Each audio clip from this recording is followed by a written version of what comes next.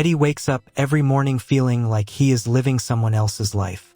He works at a small electronics shop in a quiet neighborhood, watching customers come and go while wondering if they ever feel as lost as he does. His coworkers joke about weekend plans and career moves, but Eddie stays quiet, unsure of what he truly wants. His apartment is neat, almost too neat, as if he is trying to control everything he can't understand inside himself. He listens to the same playlist every night, songs that remind him of dreams he once had. The world moves fast, and Eddie feels stuck in slow motion. One evening, Eddie gets off the bus and sees a little boy crying on the sidewalk. Without hesitation, he kneels and helps him find his mother, who appears frantic but grateful. Eddie brushes it off like it's nothing, even though his heart pounds from adrenaline and warmth he doesn't understand. On the walk home, he thinks about how natural it felt to help.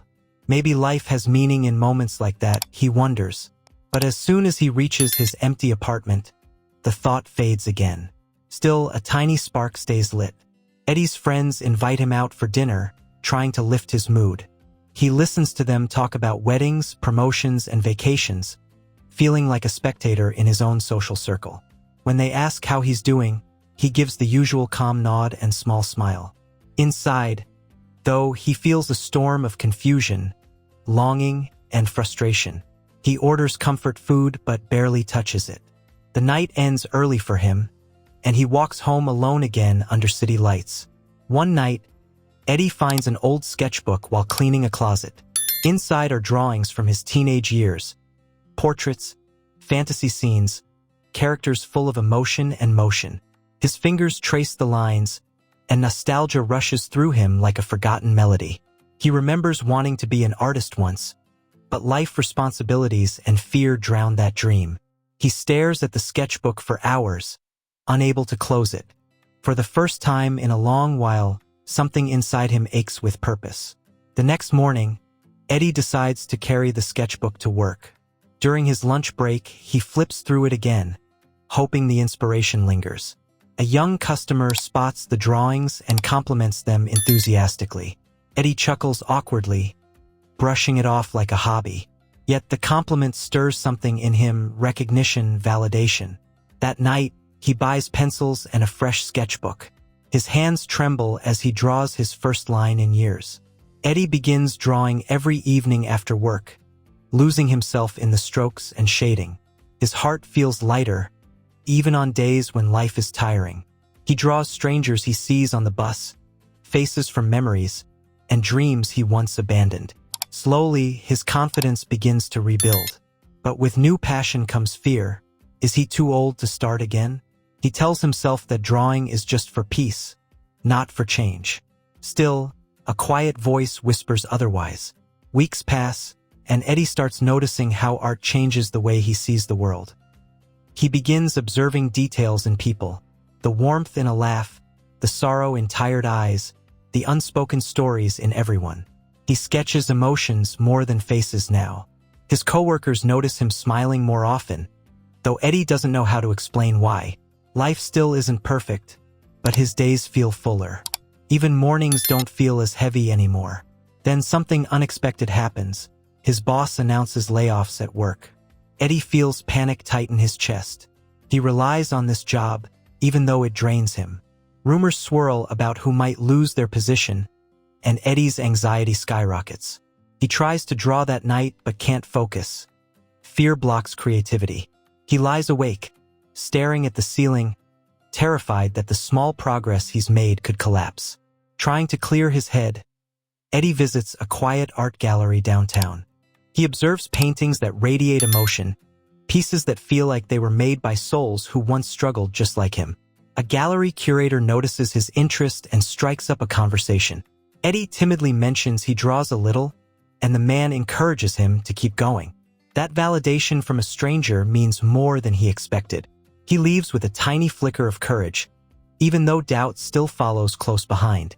At work, Eddie learns he wasn't laid off, but his closest coworker, Tom, was. Tom reacts with shock and frustration, and Eddie feels a mix of relief and guilt. He buys Tom lunch and listens to him vent, realizing how unpredictable life is. Tom says he envies people who know what they want. Eddie almost reveals his renewed passion but stops himself.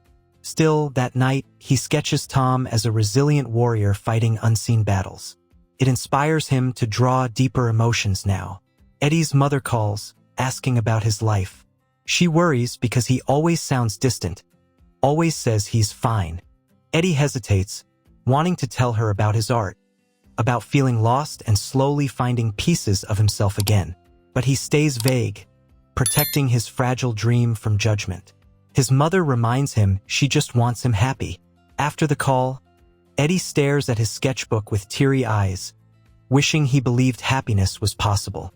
One weekend, Eddie takes a bold step. He signs up for a local art class. Walking into the studio, he feels like an imposter among younger, confident artists. But the instructor welcomes him warmly, and Eddie sits, hands shaking, ready to learn again. Every brush stroke feels like reclaiming a lost part of himself. He laughs when he makes mistakes and listens intently to advice. For once, he feels like he belongs somewhere new. During class, Eddie meets Lila, another late-blooming artist with similar struggles. Their conversations flow easily, two souls searching for meaning in creativity. They begin sitting together, sharing pencils and encouragement. Eddie admires her courage to start fresh without fear. He tells her about his job worries and identity doubts. She understands deeply. A gentle friendship forms, one built on vulnerability and hope. One rainy night, Eddie and Lila visit a cafe and sketch people passing by through foggy windows. They talk about childhood dreams and adult reality. Eddie finally admits he wants to pursue art seriously, even if fear still grips him.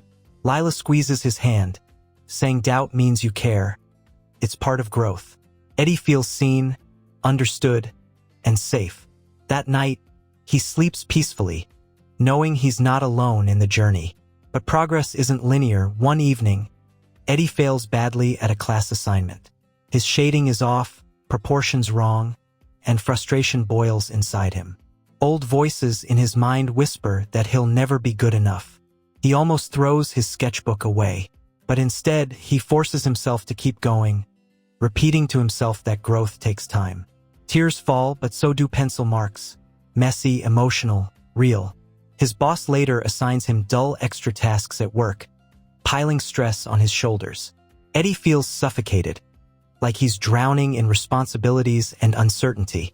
During lunch, he doodles angrily in his sketchbook, venting his stress through chaotic lines. A coworker asks if he's okay. Eddie hesitates, then admits he's struggling. That vulnerability surprises him. The coworker listens kindly, reminding him he doesn't have to carry life alone. One evening, Eddie receives a message from a classmate who saw his sketches online. They invite him to join a small community art showcase happening soon. Eddie's stomach knots with panic. He's not ready, he thinks. But Lila encourages him, telling him opportunity rarely waits. Eddie agrees hesitantly, heart racing at the thought of sharing his work publicly. It's a turning point, fear versus possibility.